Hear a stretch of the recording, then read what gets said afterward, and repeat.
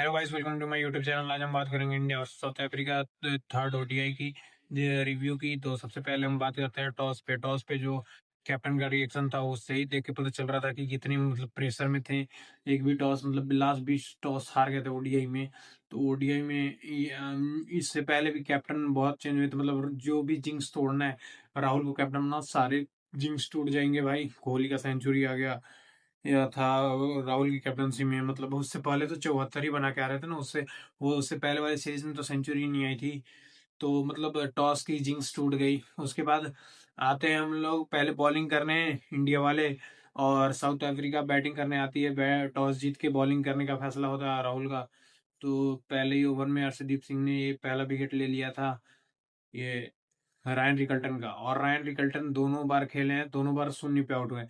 और ये मेरे को लॉजिक समझ में नहीं आया कि एडम मार्करम को सीधा ओपन से सीधा पांच, एक तो तीन भी नहीं सीधा पांच, भाई कुछ समझ नहीं आया।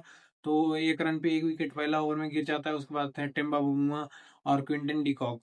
पहले 10 ओवर तो वो लोग बहुत स्लो खेल रहे थे। तो ये 10 ओवर में 40-42 रन के आसपास था। उसके बाद जो ही क्विंटन डिकॉक ने प्रसिद्ध कृष्णा को पकड़ा है, मारे हैं भाई। एक ओवर में ये एक एक छक्का मारा था, एक चौका मारा था। ये 10 रन था। उसके उसके बाद फिर दो छक्के एक चौका, 16 रन वहां मारा था। तो पहले 2 ओवर में तो ये इकोनॉमी पूरा बिगाड़ के रख दिया। और फिर रिक्वायर्ड रन रेट भी ऊपर हो गया साउथ अफ्रीका का। तो प्रसिद्ध कृष्णा का मेरा अभी भी इशू लगता है कि वो बॉलिंग अभी बहुत वर्क करने की जरूरत है। उनको बहुत मार पड़ रही है। विकेट ऑल्दो उन्होंने लिया है, लेकिन फिर भी उनको अभी ओडीआई में भी थोड़ा और एक्सपीरियंस होने दो, उसके बाद कंसीडर कर लेना कि। उसके बाद हम लोग आते हैं टेम्बा बबूमा पे। टेम्बा बबूमा भाई ये इतना स्लो खेल रहे थे कि उधर से डिकॉक भी प्रेशर ऑफ कर रहा था, लेकिन भाई एक बार खुद ही 3 डॉट बॉल 4 डॉट बॉल कप्तानी भी बढ़िया की राहुल ने, की जडेजा को लगाया राइट हैंडर के सामने। एक छक्का खाया जडेजा ने केवल क्विंटन डिकॉक से, बाकी राइट हैंडर को पकड़ पकड़ के बॉल डाली। वो 3 बॉल डॉट खेलते थे तब सिंगल ले देते, तो वहां पे फिर टेम्बा बबूमा भी आउट हो जाता है। वो बहुत क्रूसल विकेट थी। अगर वहां पे थोड़ी देर और पार्टनरशिप चलती तो ये स्कोर और ज्यादा होता। तो यहाँ पे जडेजा की तारीफ है कि ये पार्टनरशिप ब्रेक थ्रू वहां पे जरूरी था। तो टेम्बा बबूमा वहां आउट हो जाते हैं। फिर वहां पे आते हैं ब्रिट्स की भाई अनलाइकली ब्रिट्स की लग रहे थे। जैसे उन्होंने इस सीरीज में बैटिंग की है कि पहले आते हैं थोड़ा टाइम लेते हैं, उसके बाद थोड़ा चार्ज करने को देखते हैं। वो आते ही पार्ट टाइमर डाल रहा था, फिर भी इतना छक्का तो मैंने इस सीरीज में उनको मारते देखा ही नहीं है। ये पहली बार हुआ ऐसा कि छक्का मारे तो मारे, पार्ट टाइमर को मारे, वहां पे भी रन आ गए। लेकिन अब उधर से फिर आते हैं, प्रसिद्ध कृष्णा की वापसी होती है। उधर भी इस बीच में तिलक वर्मा को बहुत मारा पड़ती है। क्विंटन डिकॉक चाहे कोई भी बैट्समैन और हो, उसको कितने ओवर में ये तिलक वर्मा को 3 ओवर में 29 रन पड़ जाते हैं। तो उसके बाद फिर वो प्रसिद्ध कृष्णा को सेकंड स्पेल में लेके आते हैं राहुल, कि अब तो मारना ही पड़ेगा उन लोगों को। तो वहां पे ओवर में ब्रिट्स की प्रसिद्ध कृष्णा के ओवर में ब्रिट्स की बहुत चार्ज करने चले जाते हैं ना। एक दो हिट लगती है, फिर 4 बॉल डॉट होता है, फिर सिंगल आता है।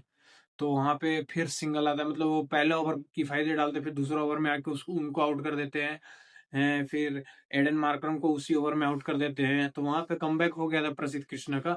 लेकिन मेरे को ये लगा कि स्टार्टिंग में भाई अगर ऐसा बहुत गलत शॉट भी खेले हैं साउथ अफ्रीका ने। कोई और टीम होती तो सेंसिबली खेलती, थोड़ा सा और रन बनाने को देखती। तो वहां पे बैट्समैन की भी गलती थी, क्रेडिट भी उसी को है कि एक सेट बैट्समैन को आउट किया, एडन मार्करम को आउट किया, तो वहां पे उसको क्रेडिट जाता है। लेकिन ब्रिट्स की तो भाई विकेट फेंक के गया है मेरे हिसाब से। और उसके बाद हम लोग बात करेंगे क्विंटन डिकॉक। भाई ये क्या बंदा है, ये रिटायरमेंट से वापस आके फिर शतक मार गया।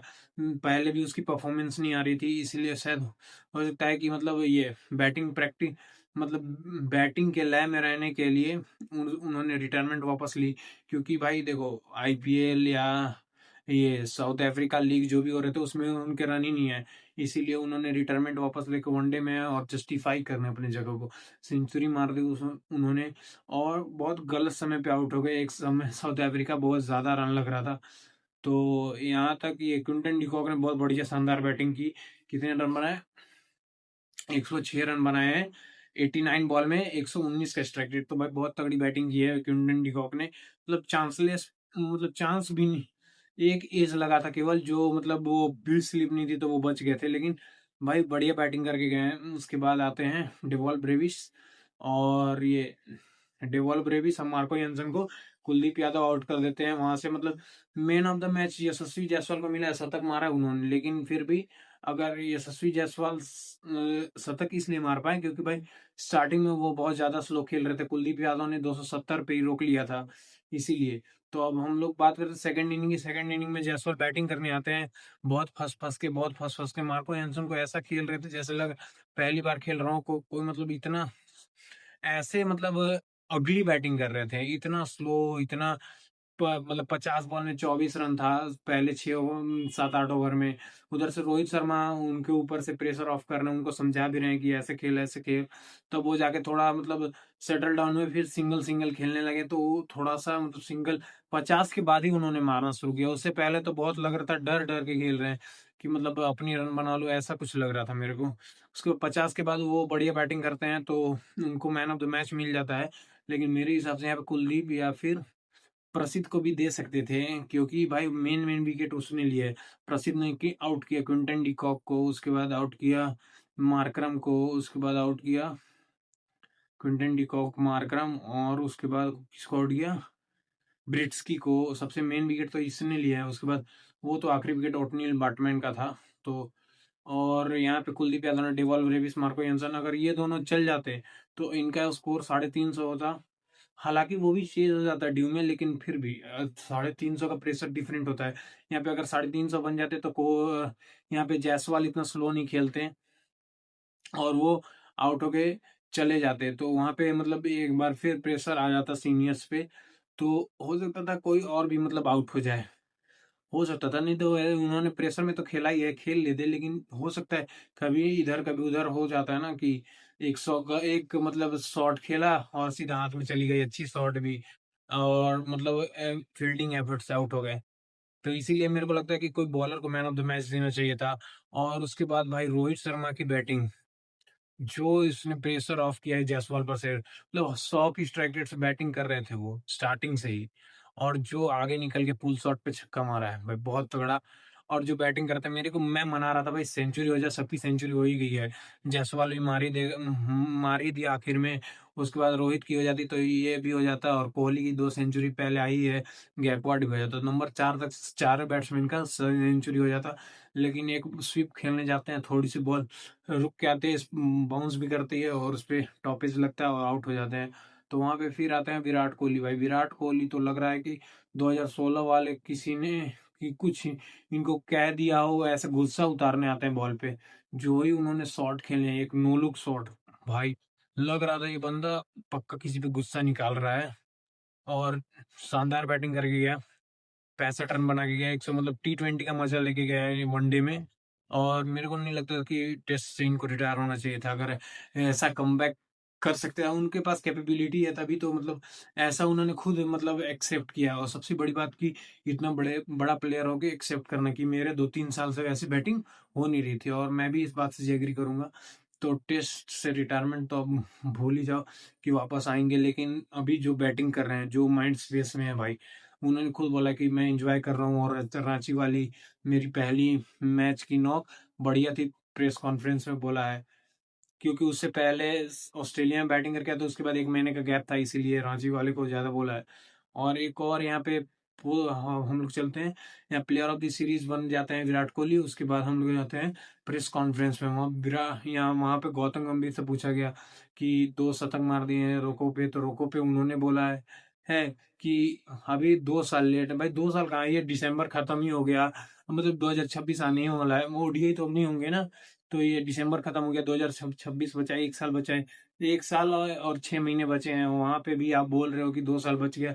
यंगस्टर इतना अच्छा कर रहे हैं, मतलब अभी भी उनको कोई मतलब क्लियरिटी नहीं है कि खेलेंगे कि नहीं खेलेंगे। मेरे को ये लगता है को मतलब कुछ मतलब पॉजिटिव जवाब भी देते कि हाँ इन्होंने बढ़िया किया है। मतलब ये एरोगेंस मेरे को लगता है कि गंभीर को मरवा जाएगा, इतना एरोगेंट भी होना ठीक नहीं है। और पार्थ जिंदल को बोल रहे हैं कि ये आप अपने डोमेन में रहें और ये हम अपने डोमेन में रहेंगे।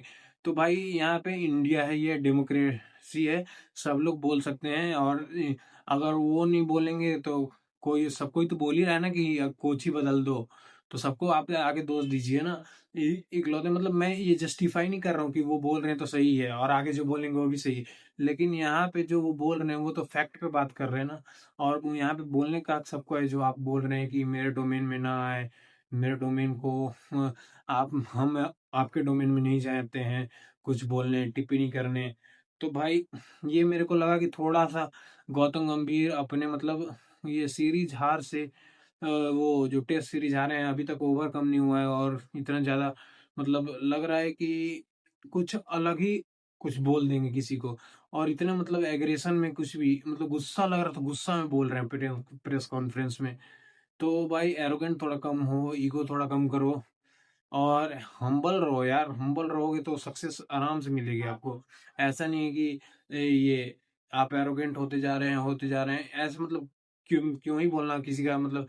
उन्होंने बोला स्प्लिट कैप्टनसी की, इसमें तो कई सारे जर्नलिस्ट एक्स क्रिकेटर साफ बोल रहे थे, तो उस पे आपका वो उसको आप नहीं कुछ बोल सकते हो।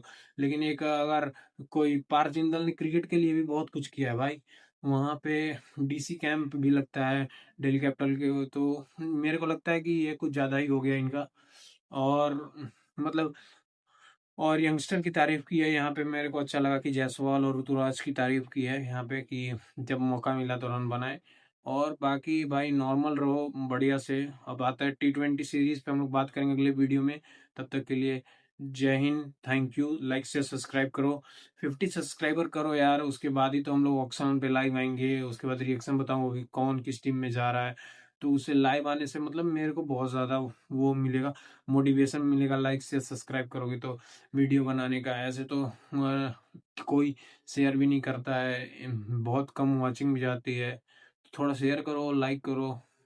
Thank you.